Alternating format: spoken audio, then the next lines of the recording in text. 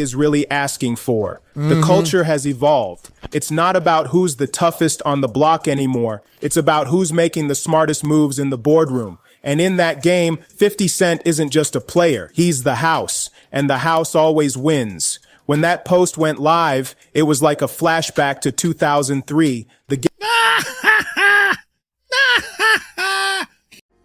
What is up, YouTube? How y'all doing? This going on the stream channel, man. Jim Jones responds after 50 Cent viral threat. Oh, shucks. Y'all hit that subscribe button. My bad. Hit that subscribe button. Hit that bell. Let's check it out. I'm from Southside Jamaica, Queens. I don't like Supreme. I don't like Eminem. But he lived away. I'm a passionate brother. I wear my heart on my sleeve. I cry a lot of shit like that. I'm very emotional. So when people talk about me, he wanted that. He was watching them be that. Like Mace be that and can't be that. What? Let's get one thing straight right now. In the world of hip hop, there are rules. Unwritten, understood, and enforced not by law, but by consequence. And one of the most ironclad rules is this.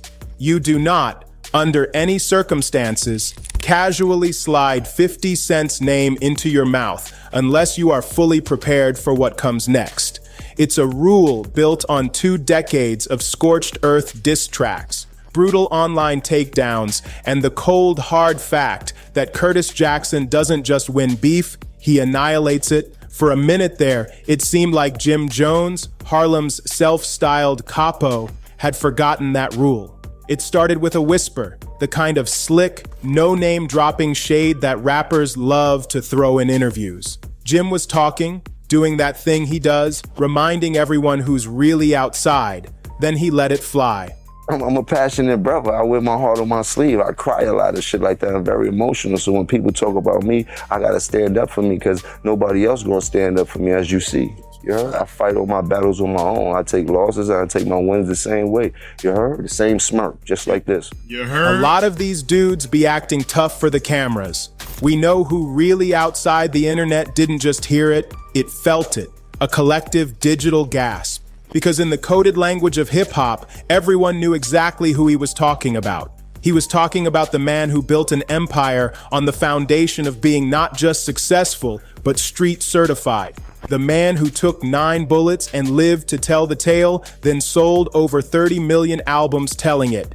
He was talking about 50 Cent. And 50 doesn't do disrespect. He metabolizes it. He turns it into fuel, into strategy, into content. The response wasn't a diss track. It wasn't a long ranting video. That's for amateurs. This was something far colder, far more calculated. It was a predator's move. Within hours, the digital landscape shifted. On his Instagram, a platform he commands like a general commands an army, 50 Cent posted. No frantic energy, no fury, just ice. The post was a masterpiece of menace, a single sentence that sent a shiver through the very spine of the culture. Boom.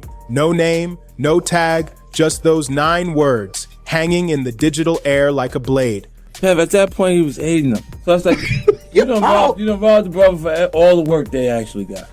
Now, after you done robbed for all the work they got, these 2 guys keep bringing new product over there for them to have work on the corner that you just robbed all the work that they had from.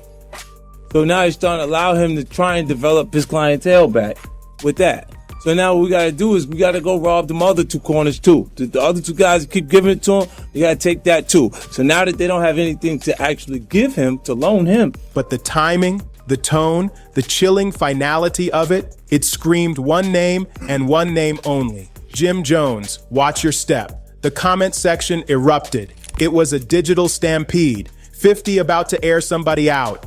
Jim better relax before 50 start dropping receipts. He's in villain mode. The collective understanding was immediate.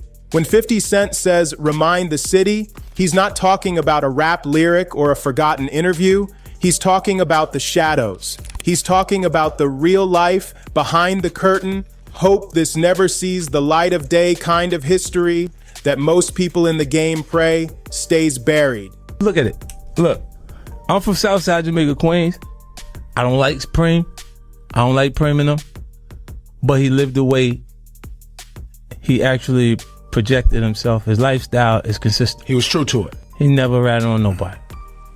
Just like that. Just like This that. is the crucial thing to understand. 50 Cent plays chess, not checkers. He doesn't talk without a purpose. Every word is a move. Every post is a piece on the board. So when he sends a message like that, it's not a threat, it's a warning shot. And this one went thermonuclear. Hip-hop pages, blogs, fan accounts, the entire content ecosystem seized on it. The narrative was set. 50 had been awakened. The sleeping giant was no longer sleeping. Whispers started circulating from insiders, from people close to Jim, allegedly telling him to stand down, to let it go, because this was different. This wasn't just two rappers trading barbs for clout. This was history, deep and tangled, rising from the grave. To understand why this single post hit with the force of a seismic charge, you have to rewind the tape. You have to go back to the early 2000s when New York hip-hop was a battlefield of empires and the air was thick with competition and pride. On one side of the bridge, you had 50 Cent and G-Unit, Queen's finest. They were the gritty, get-rich-or-die-trying success story, a crew that emerged from the concrete with a chip on its shoulder and a Glock in its waistband. They were bulletproof and bankable, a terrifying combination. On the other side, you had Cameron and the Diplomats, Harlem's flamboyant, pink-wearing, swagger-soaked kings. Dipset. They repped their borough with a different kind of energy, slick, stylish, and unapologetically cocky. They were the two poles of New York rap, both kings, both legends. But the tension between them was a constant, low-frequency hum, a rivalry built on ego, borough pride, and unspoken street politics. I'm a passionate brother. I wear my heart on my sleeve. I cry a lot of shit like that. I'm very emotional. So when people talk about me, I gotta stand up for me because nobody else gonna stand up for me, as you see. You heard? I fight all my battles on my own. I take losses and I take my wins the same way. You heard? The same smirk, just like You this. heard? It never erupted into a full-blown war, but the potential was always there. A loaded gun waiting for someone to pull the trigger. And Jim Jones, he was heard? often Dipset's loudest, most vocal lieutenant. He was the one who would consistently insert himself into the narrative, always there to remind people that Harlem's vibe was a world away from Queens. He was the one keeping that competitive flame flickering, long after 50 had ascended to a different stratosphere of fame and fortune. 50's track record, however, is written in stone. He didn't just talk about being real, he lived a life that was almost too cinematic to be real. Surviving an assassination attempt, winning brutal label wars, outmaneuvering everyone to become one of the most successful hip-hop artists of all time. He didn't need to prove a thing. His entire existence was the proof. So when Jim Jones in 2025 starts throwing that old tired shade about who's really outside, Rappers have done a tremendous job, and I take nothing away from them, but they forget I got a hell of a catalog. Me, Jim Jones, myself, gold records, platinum records, gold albums, platinum albums. No, me, Jim Jones. No Diplomats, no nobody else. Me, Jim Jones. Check my track record, then check everybody else's track record. fans didn't see it as a legitimate challenge. They saw it as some If you gotta tell people to check my, man, you better check my credentials. I know a guy used to always say that. It was funny as a joke. Man, you better check my credentials. Every time you gotta talk like that, that means the other person, you trying to prove that you bigger than the other person and you're not. something else, jealousy, a desperate grasp for relevance from a past that 50 had long since transcended. Yep. Fast forward to today, and the power dynamic isn't just different, it's a chasm. 50 Cent is a bona fide mogul. He's the mastermind behind television empires like Power and BMF, a multimillionaire who moves in circles far beyond the recording booth. He's a media machine. When he speaks, the world listens. Jim Jones, he's still out here chasing headlines, often finding his biggest moments by name-dropping other rappers. That's why 50's warning didn't feel like a rapper dissing another rapper. It felt like a CEO sending a cease and desist to a noisy former employee. It was dripping with that know your role energy, that you are not on my level finality. And insiders suggest this wasn't some impulsive reaction. 50 had been watching, listening. For months, Jim had been poking the bear, throwing shade not just at 50, but at Mahe, at Cameron, too many people from the same family tree. Period. I'd never take that away from him. But then as I got in the game, you got to realize that your rivals would be idols, and not to take anything away from that. I developed my own style and my own lane that these kids start to gravitate towards the same way I gravitated towards Nas when I was younger and things like that. It's a whole different generation. We talking about 94.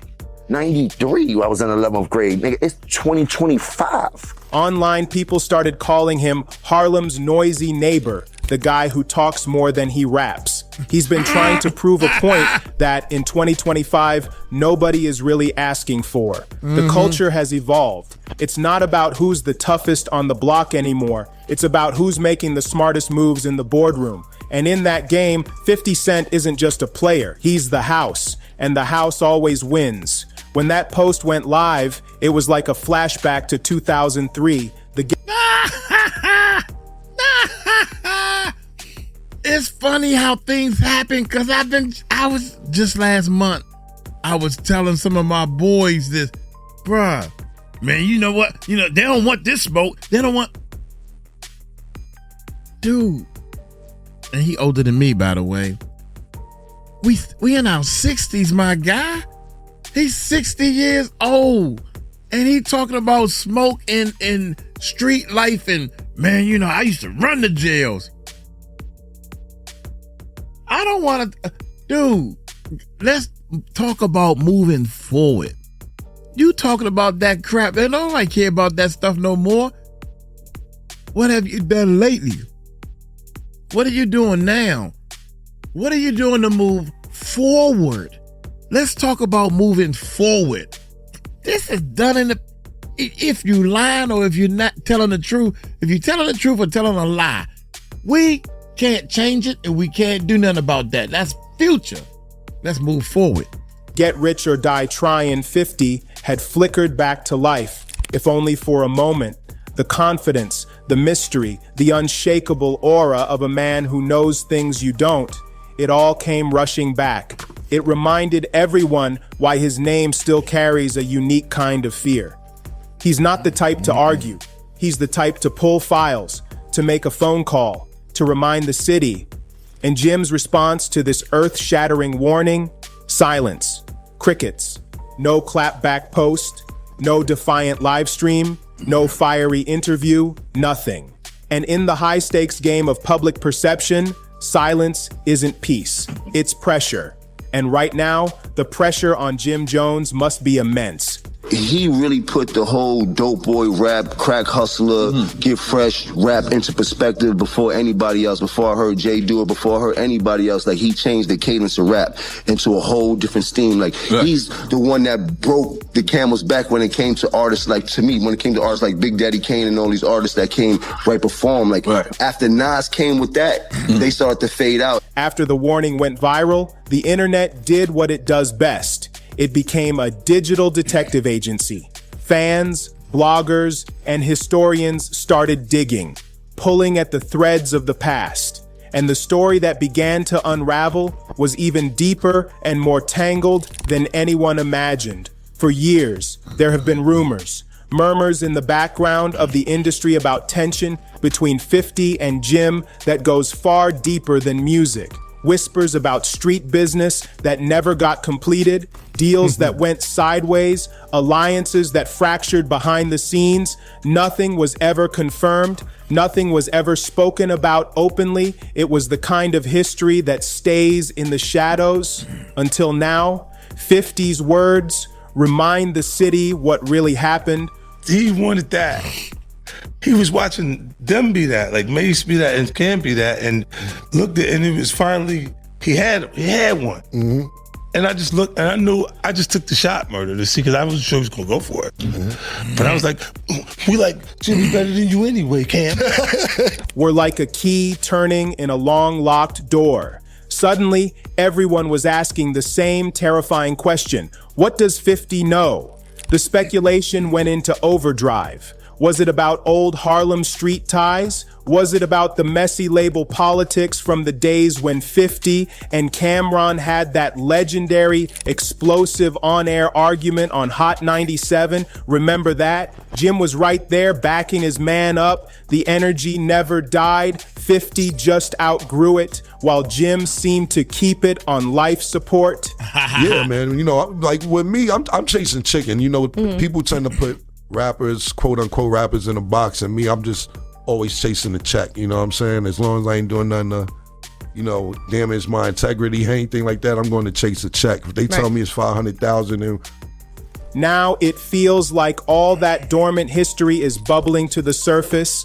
The consensus online is clear. Jim should have left 50's name out of his mouth. He should have remembered the body count. This is the man who systematically dismantled Ja Rule's career, who has publicly toyed with billionaires and moguls like Diddy for sport.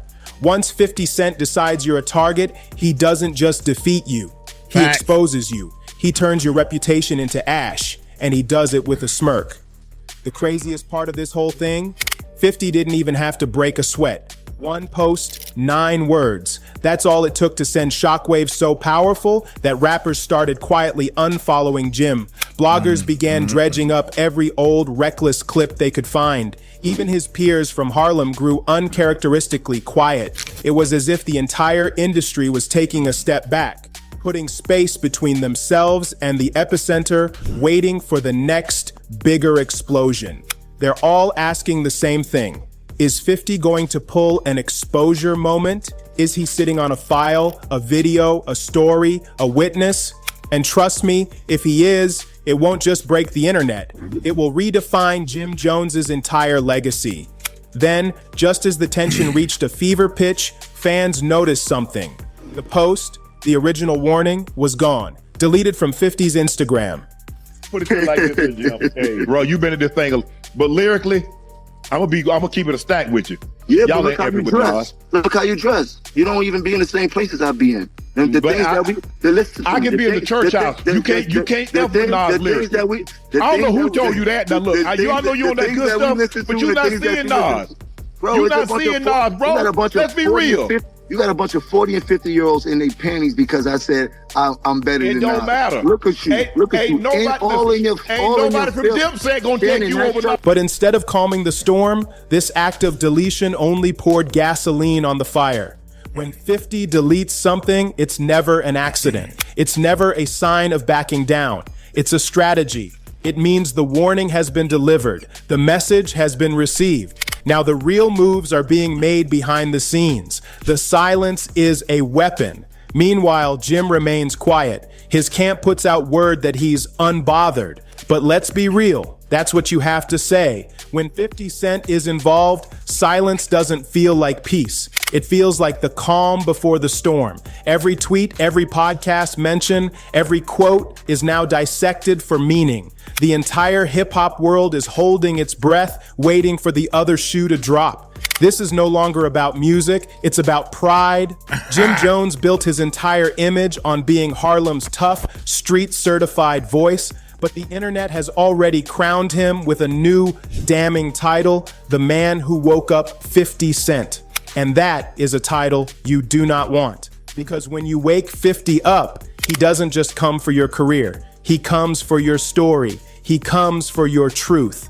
So where does this leave us? The warning has been sent, received, and has gone utterly viral. Coming up and things like that. I've heard you say that. Since the barbecue and things like that, like he really put the whole dope boy rap, crack hustler, get fresh rap into perspective before anybody else. Before I heard Jay do it, before I heard anybody else, like he changed the cadence of rap into a whole different steam. Like he's the one that broke the camel's back when it came to artists like, to me, when it came to artists like Big Daddy Kane and all these artists that came right before him. Like after Nas came with that, they started to fade out, and then the question hanging over the entire culture is simple. What happens next? Will 50 Cent, true to his form, decide to unload? Will he remind the city in vivid, undeniable detail, exposing a truth that could shatter a reputation? Or was this simply the ultimate power play, a cold, calculated way to put so much pressure on Jim Jones that he has no choice but to fall back permanently?